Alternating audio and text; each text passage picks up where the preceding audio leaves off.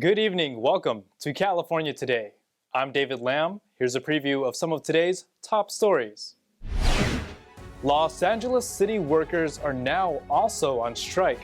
This comes as the greater LA County grapples with ongoing strikes by hotel workers and Hollywood writers. In the tragic helicopter collision, we learned from a fire chief that the area previously took the lives of 5 other firefighters. On top of the Hollywood writers' strike, Los Angeles is grappling with another strike, this time by city workers. They're demanding higher wages. And the city is learning, without essential workers, the city will not function. Respect is not just being treated right. That is essential. But being treated right also means a good wage so that you can raise your family in dignity. More than 11,000 Los Angeles city employees, including sanitation workers, lifeguards, and traffic officers, walked off the job this morning. Picket lines went up before dawn at the LA International Airport and other locations. Later in the day, workers rallied at City Hall. The local union said its members voted for the walkout because the city has failed to bargain in good faith. They are also alleging unfair labor practices. The Los Angeles mayor says the workers deserve fair contracts and that the city has been bargaining in good faith since January. The city's strike is planned to end tomorrow, as the Hollywood writers' strike still continues. Speaking of strikes, hundreds of hotel workers are rallying and marching to demand higher wages and better retirement benefits. But at one point, a few security guards and striking workers clashed. NTD's Christina Corona has more. On Saturday, a large group of striking hotel workers marched to demand higher wages along with improvements in health care and retirement benefits. The advocates consisted of cooks, room attendants, dishwashers, servers, bell persons, and front desk agents represented by Unite Here Local 11. They marched approximately 1 mile from the Viceroy Santa Monica, located at 1819 Ocean Avenue, to the Fairmont Miramar Hotel and Bungalows situated at 101 Wilshire Boulevard. However, the event turned violent as hotel security and striking workers clashed as tensions rose outside the Fairmont Miramar Hotel in Santa Monica. Viral footage from Unite Here Local 11's Twitter account shows hotel security tackling workers and their supporters seeking to establish a picket line. Santa Monica City Council member Jesse Zwick retweeted the video saying, "Workers have a First Amendment right to protest. I want answers at Fairmont Miramar." According to NBC Los Angeles, Unite Here Local 11 authorized the strike in July after their contract with hotels expired. Agreements remain unresolved between the union and hotels, including the Four Seasons Regent Beverly Wilshire, Fairmont Miramar, Ritz-Carlton, Anaheim Hilton, JW Marriott LA Live, and the Beverly Hilton. The demonstrators have been on strike since July 2nd. Christina Corona, NTD News, Los Angeles. When 2 helicopters collided while fighting a Southern California fire on Sunday, 3 men lost their lives. One helicopter safely landed, but the other crashed and took the lives of those on board. I spoke with Fire Chief Sam DiGiovanna, a 35-year fire service veteran in Southern California. The chief said the Cabazon area is no stranger to firefighter fatalities. Fire Chief Sam DiGiovanna with Verdugo Fire Academy. What happened in the unfortunate helicopter collision in Southern California? What I can tell you is 2 helicopters were involved in a brush fire in Cabazon, and one was doing aerial reconnaissance and guiding the bigger helicopter to drop water in specific locations. Unfortunately, the 2 of those collided. The larger helicopter was able to land safely. The smaller reconnaissance helicopter did crash. All 3 members on board unfortunately passed away. I'm really sorry to hear that. Who were the firefighters that lost their lives? One was a division chief with CAL FIRE, one was a CAL FIRE captain, and the other one was a private fire department contracted pilot that was contracted for CAL FIRE. But David, what I would like to say is this area is no stranger to firefighter fatalities. In Cabazon, October 26, 2006, 5 firefighters lost their lives fighting a brush fire right by here. So this is 8 fatalities of firefighters in a very small geographical area. How often are fires prone to happen in this area? They're quite often. This area is where it transitioned through Beaumont's Banning area and wraps around through into the desert of the Coachella Valley. You get a lot of winds in this area, and the vegetation is very dry in here. So you have also a lot of steep topography. So when you have dry, warm temperatures with winds and low relative humidity, you get a lot of fires, and this area is prone for that. As far as the collision itself, is there any insight you have so far? Well, usually there's no insight on what caused it. That's what the investigation is. However, usually in aircraft or aviation incidents involving wildfires, extreme air turbulence is a factor, or reduced visibility from the smoke. It could have been mechanical failure, or at times it's communication failure between the incident commander or the air attack group supervisor who's assigned to coordinate the airspace within the fire's zone. Fire Chief Sam DiGiovanna, thank you so much for your time. We're sending best wishes to the families of the firefighters and the firefighter community. Okay, thank you. You be safe. The fire chief said their brotherhood and sisterhood runs deep. He said even while he's not directly involved in the incident, a tragedy like this hits home. Best wishes to our heroes and their loved ones. Another Tesla caught fire, this time at a high-end auto dismantler. Apparently, it was just idly sitting in the yard of luxury vehicles when it burst into flames.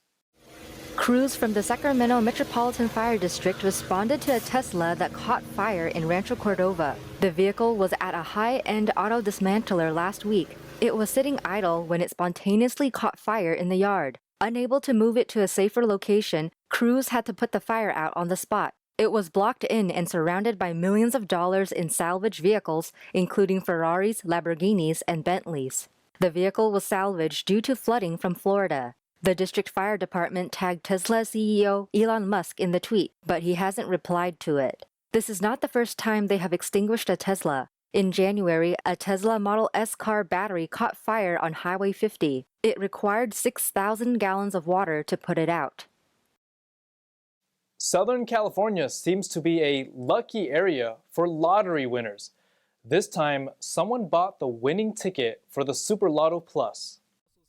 The California lottery officials announced on Saturday that an $82 million Super Lotto Plus ticket was won. The winning ticket matched all 6 numbers and was sold in Victorville at the Spring Valley Market. Additionally, 5 other tickets won around $13,000 for matching 5 numbers but missing the mega number. According to the California Lottery, the odds of matching all 5 numbers and the mega number is around 1 in 40 million. We will now take a short break, everyone, but here's what we have for you when we come right back. 2 doctors are suing California's medical board over what they call forced implicit bias training. The attorney representing them shares more about the lawsuit. The infamous black bear living near Lake Tahoe has been captured. Wildlife officials say the bear will be relocated to Colorado. Those stories and much more coming up on California Today.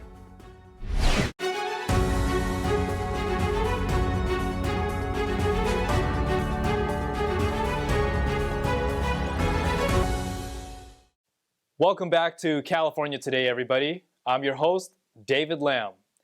2 doctors are suing the Medical Board of California over a state law that forces physicians to undergo regular mandatory so-called implicit bias training. Entity's Jack Bradley spoke with Caleb Trotter, an attorney with the Pacific Legal Foundation, which filed the lawsuit. Caleb, welcome to the show. It's so great to have you on. Thank you, Jack. I want to ask you about California's Assembly Bill 241 and its impact on physicians. Yes, thank you. So the law was passed by the legislature a couple years ago now in 2019. It started to take effect last year, though, and over the last 12 months, physicians and in particular instructors of continuing medical education have begun to feel the effects. The law requires that all instructors of continuing medical education courses, these are the courses that all physicians and surgeons are required to take every 2 years to maintain their licenses. Well, now as part of those requirements, every single course, with very few exceptions, must include training on what's called implicit bias. This is the idea that everyone may have inherent biases on the basis of any number of immutable characteristics, including race, that everyone has some of these biases and they're unconscious and they might cause you to act on them unconsciously. And so now, as a matter of taking all of those courses, each one has to include instruction on that topic. And why was it important, according to the California legislature, to include this in those courses? Well, I guess we'd have to ask them, but I guess if we assume the best is that let's just assume the existence of implicit bias, that it might lead to disparate treatment outcomes for patients, and that if they can make all physicians aware of this and teach them how to address it, then maybe they can prevent any of these disparate treatment outcomes for patients. But there are several problems with that idea. One is that the existence and the prevalence of implicit bias, particularly in the healthcare industry, is controversial at best. There's mixed evidence on its prevalence. There's mixed evidence whether it even leads to disparate outcomes. And worse, there's evidence that these trainings alone can lead to negative results. They can, for example, cause resentment amongst all the physicians that are taking these courses. They can even lead to distrust from their patients, because after all, if the starting point for these trainings is that every single doctor is inherently biased against someone for some reason, then why should you trust the physician? So if you're someone who, an instructor who disagrees with the evidence, because like I said, the evidence of these problems is mixed and it's controversial, you can't really just disclaim that I'm only providing this message because the state requires me to. By having to give these strategies or examples, it's really forcing you to provide the favored viewpoint and message of the government. And when the First Amendment applies, as it would in a situation like this is the type of situation where the government is held to the highest burden to prove that that kind of requirement should be constitutional. And of course, we don't think that they can meet that burden. Any final thoughts for our audience? I think as we've seen with various efforts in diversity, equity, and inclusion, even the instances where there's evidence to support these well-meaning efforts, typically what we see in states like California is they take a step too far. In this case, California has gone especially too far in assuming a problem exists while there's only mixed evidence to support it. But in spite of that, taking such a heavy hand in requiring inclusion of something that's only supported with mixed evidence in a very important field, which is medicine, and imposing this on all of our physicians and surgeons while they might be making a problem all of their own making. And this is a problem that I applaud our clients, 2 doctors, for taking a stand. It's an unpopular stance perhaps in medicine, but they are standing up for what they believe to be right and actually supported by evidence. And we believe that the First Amendment is on their side, and we hope a court will see it similarly. Caleb Trotter with the Pacific Legal Foundation, thank you so much for your time. Thank you, Jack. Now let's take a look at some uplifting stories. A Los Angeles teen has won $10,000 in a scholarship contest for a prom dress. The pink and white dress is made entirely from 14 rolls of, that's right, duct tape. 18-year-old Clara Torres from Los Angeles recently graduated high school and plans to attend college as a business major in the fall. Helping her achieve her dream is a $10,000 prize from Duct Brand's 2023 Stuck at Prom scholarship contest. Contestants had to make a dress or tuxedo from duct tape. For Ms. Torres' entry, she created a pink and white dress inspired by European art from the 1730s.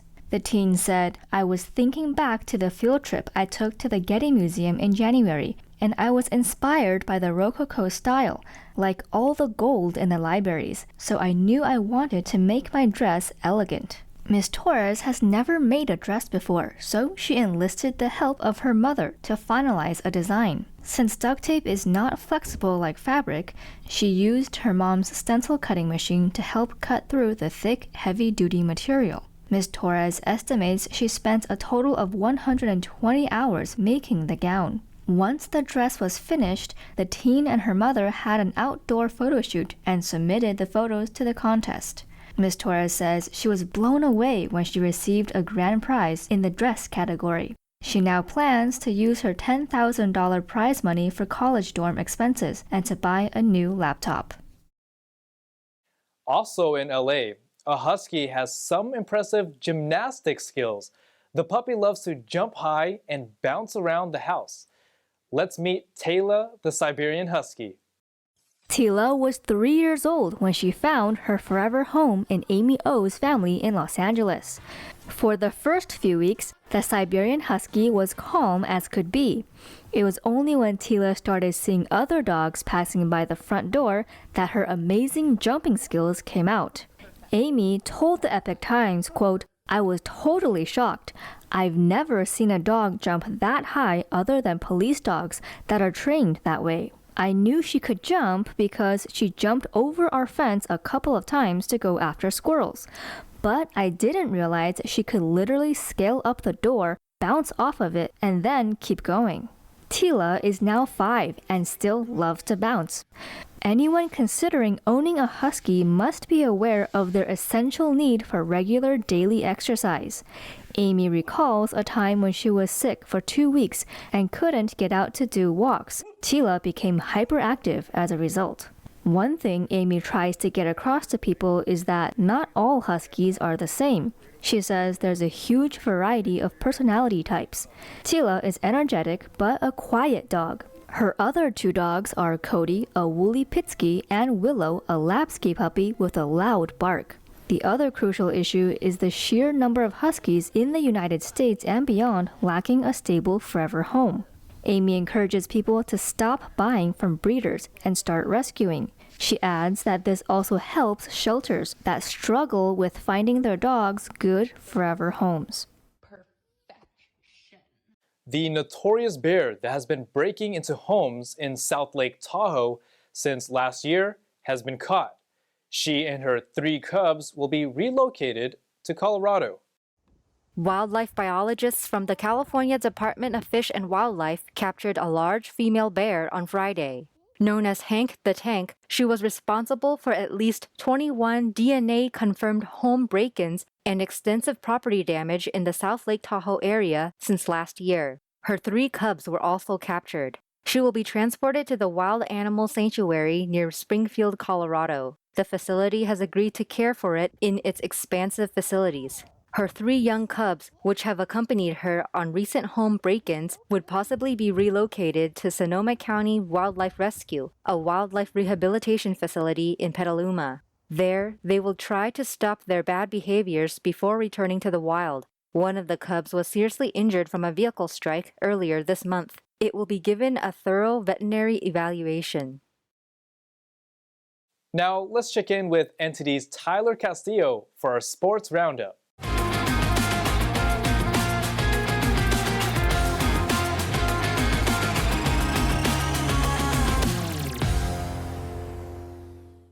Thank you. I'm Tyler Castillo taking you through California Today's Sports Roundup.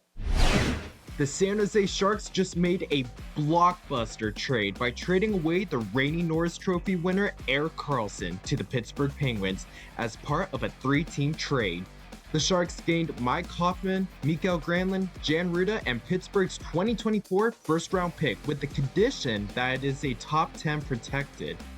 Pittsburgh, of course, gets the main prize of the package of Erik Karlsson, prospect Dylan Hamaliuk, and the 2026 third-round pick from San Jose. The Montreal Canadiens was the third team involved, where they dealt with Pittsburgh by sending Rem Pitlick and sent Mike Hoffman to the Sharks.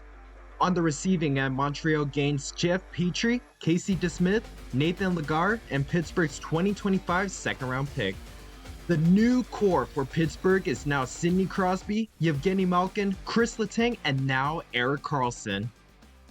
The reason why we wanted to bring Erik in was, I think, when going through our team, one of the things that I had felt and talking with Sully about it is we needed to continually improve our ability to move the puck from our own zone. Erik, I think, is one of the elite players in that regard in the NHL. Even though he's in his early 30s, he continues to be one of the top skaters in the NHL, and obviously his production and offense is quite prolific. So very competitive, very motivated person, wants to come here and help our team. I think for us, adding someone like that to the group as we attempt to give it every chance to win. Surprisingly, Mike Hoffman was already part of the Sharks organization, only for a brief moment during the 2019 offseason where he was quickly traded to Florida. Yeah, it's kind of funny how we're, circling back to, I don't know what that was, maybe 4 years ago, maybe even longer, but I was only there for maybe an hour the last time, and, it looks like it might be a little longer than that this time, so it's, like I said, it's a great opportunity, and it's going to be a cool experience, and looking forward to it. Players such as Mikael Granlund were surrounded this offseason with rumors of a potential move or buyout, and this is his response to finally being moved. Yeah, obviously, there was some talk something could happen, and in this business, you never know what's going to happen. So it wasn't a whole such a big surprise, but obviously you never know where you're gonna end up or what's gonna happen. So everything kind of happens fast at the end. But now I'm part of the San Jose Sharks, and really excited about that. Now you may be asking, why would the Sharks trade the best defenseman in the league? Well, this trade was needed for the Sharks to clear up some cap space, as Erik Karlsson is the highest paid defenseman in the league with a cap hit of $11.5 million per year. But the Sharks were able to trade away $10 million of that contract per year, as the Sharks were only able to retain $1.5 million per year, which was the Sharks' main goal, to retain as little as possible. We wish Erik Karlsson the best of luck in Pittsburgh, and we welcome the newest Sharks members to the team. I'm Tyler Castillo, and that was the Sports Roundup for today. Back to you. Thanks, Tyler. All right, everyone, that's all we've got for you tonight. We'd like you to join us again on California Today every weekday at 8 p.m. Make sure to check out our broadcast at ntd.com/California-today. You'll find all of our top latest clips there, ready to share with friends and family. Send us a message on Facebook, Twitter, Instagram, Ganjing World, or through our email, california.today@ntd.com. If you'd like to share a news tip or let us know how we're doing, we'd love to hear from you. I'm David Lamb. Have a wonderful evening.